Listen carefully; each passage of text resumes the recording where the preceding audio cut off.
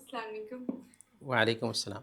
جی وہ سوال یہ تھا کہ قرآن میں لکھا ہوا ہے کہ ہم نے یہودیوں کی مطلب آنکھوں پہ پٹی باندھ دیا ہے تو وہ اسلام قبول نہیں کر سکتے، تو پھر اللہ تعالیٰ ان کو سزا کیوں دیں گے جب انہوں نے خود کہا ہے کہ وہ ہاں، اسلام قبول نہیں کریں گے؟ بہت اچھا سوال ہے۔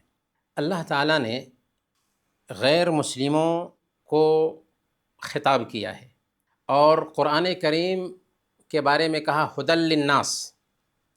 قرآن ہدایت ہے پورے انس و جن کے لیے، سارے انسانوں کے لیے ہدایت ہے۔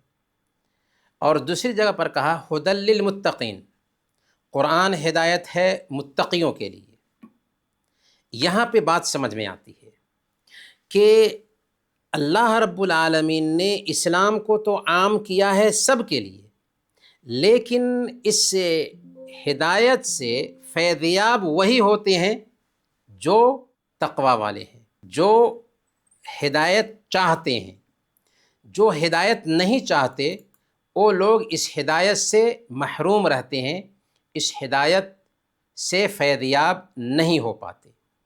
تو اس اصول کے حساب سے جب ہم غور کرتے ہیں تو اللہ رب العالمین نے ہدایت تو سب کے لیے عام کیا، لیکن جو لوگ ہدایت کے راستے پر چلتے ہیں اللہ تعالیٰ ان کو ہدایت دیتا ہے۔ جو لوگ ہدایت کے راستے پر نہیں چلتے، یعنی جن کے اندر ہدایت کی طرف نہیں ہوتی، ہدایت کی خواہش نہیں ہوتی، ایسے لوگوں کو اللہ تعالیٰ ہدایت نہیں دیتا۔ کچھ آیات کی روشنی میں یہ بات ہمیں سمجھ میں آئے گی۔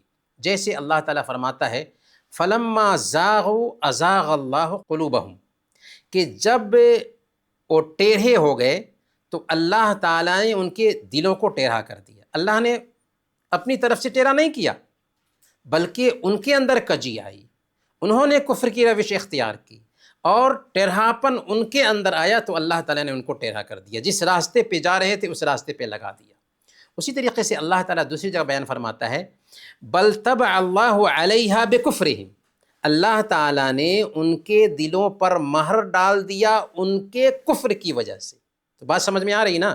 یعنی اللہ تعالیٰ نے کسی کو ہدایت سے محروم نہیں کیا، یہ ہدایت سب کے لیے ہے، لیکن جو ہدایت کا طلبگار ہوتا ہے اللہ تعالیٰ اس کو ہدایت دیتا ہے، جس کو ہدایت کی چاہت ہوتی ہے اللہ تعالیٰ اس کو ہدایت دیتا ہے، لیکن جو ہدایت کے راستے سے ہٹتا ہے اور کفر کی روش اختیار کرتا ہے، اللہ اور اس کے رسول کا باغی بن جاتا ہے اور نافرمانی پہ نافرمانی کرتا ہے، تو اللہ تعالیٰ اس کو کھینچ کر کے زبردستی جنت میں داخل نہیں کرتا، کیونکہ اللہ تعالیٰ نے انسان کو اختیار دیا ہے، اور اسی اختیار کی بنیاد پر ایک انسان کو انعام بھی ملے گا اور ایک انسان کو سزا بھی ملنے والی ہے۔ لیکن جن لوگوں کے اندر سچی طرف ہوتی ہے اللہ تعالیٰ ایسے لوگوں کو ہدایت دیتا ہے۔ تو ہدایت پانا ان کے اپنے ہاتھ میں تھا لیکن ہدایت نہیں پائی۔ اور یہ بات بھی نوٹ کیجئے کہ اللہ تعالیٰ نے اس کی فطرت میں رکھا تھا۔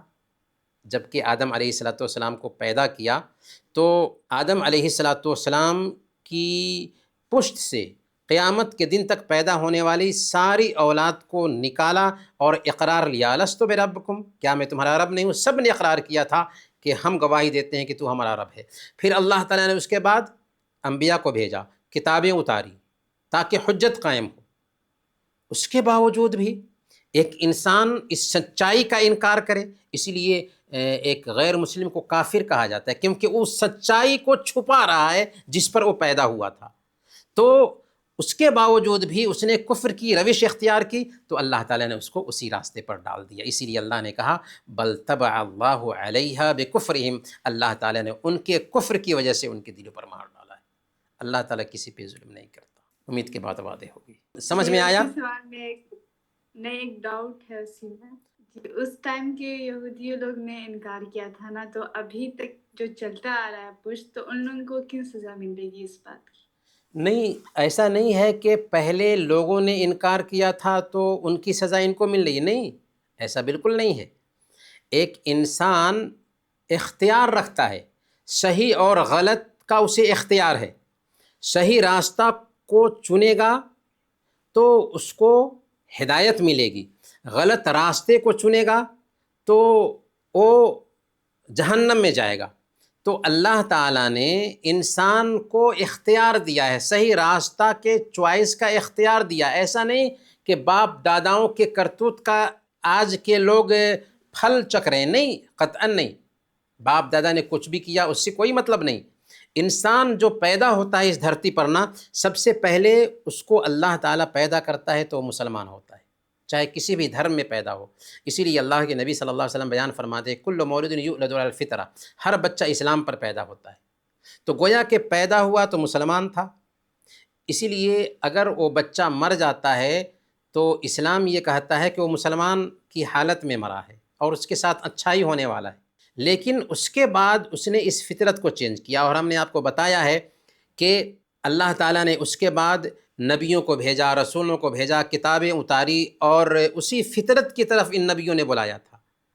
دیکھیں، اللہ کے دین کو اپنانا یہ نیچر سے لگتا ہوا مسئلہ ہے، یہ ایسا نہیں ہے کہ اس کے لیے کوئی الگ سے دلیل دینے کی ضرورت ہے۔ لیکن ایک انسان اپنے ہی جیسے کسی انسان کے سامنے ماتھا جھکائے یا اپنی ہی بنائی ہوئی کسی مورتی کے سامنے سر ٹیکے، یہ عقل میں آنے والی بات نہیں ہے۔ تو ایک انسان اپنی فطرت کے خلاف وہ چلا، اس کو پتہ ہے کہ یہ غلط ہے، لیکن پھر بھی ماں باپ کی دیکھا دیکھی وہ کر رہا ہے۔ تو اللہ تعالیٰ نے دماغ دیا تھا نا اس کو، اگر وہ مارکیٹ میں جاتا ہے کوئی سامان خریدنے کے لیے تو الٹپ کوئی سامان نہیں خرید لیتا نا، چوائس کرتا ہے، دیکھتا ہے ریٹ کیسا ہے، سامان کیسا ہے۔ تو بالکل اس کو بھی اختیار تھا، اللہ تعالیٰ نے اس کو دماغ اسی لیے دیا تھا کہ دنیا کے معاملے میں اتنا چالاک ہے تو مذہب کے معاملے میں تو اور زیادہ چالاک ہونا چاہیے تھا، لیکن اس نے اپنے باپ داداؤں کے طریقے کو فالو کیا، تو اسی لیے سزا کا وہ مستحق ہے۔ بات سمجھ میں آئی؟ جی جزاک اللہ خیر شیخ، بارک جی اللہ، سمجھ آ گئی۔ بارک اللہ۔